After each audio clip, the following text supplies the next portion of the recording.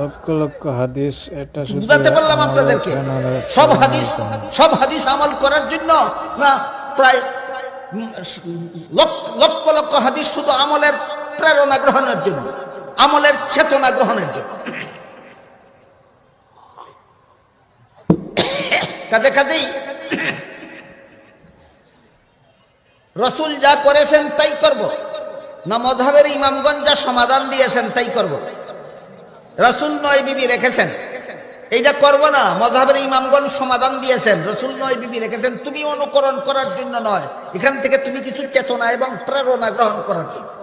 তোমার জন্য রসুলের অনুকরণে 9 বিবি একত্রে রাখা হারাম।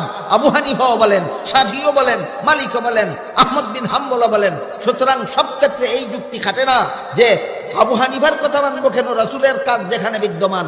এটা একটা শয়তানি চক্রান্ত ছাড়া আর কিছু নয়।